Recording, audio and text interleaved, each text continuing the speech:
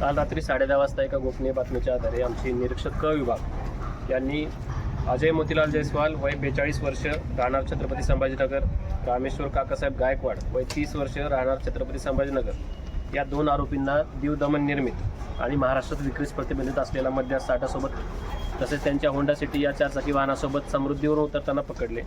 त्यांच्यासोबत royal Stag या विदेशी मद्याच्या 2000 मिली क्षमतेच्या 60 सीलबंद बॉटल्या सापडल्या। तसेच रॉयल स्टॅग या विदेशी मद्याच्या 180 ml क्षमतेच्या 26 बॉक्समध्ये 1248 या सीलबंद बॉटल सापडलेले आहेत आणि 4 चाकी एक होंडा सिटी वाहन आणि त्यांचे 2 मोबाईल असा जप्त मुद्देमाल आहे।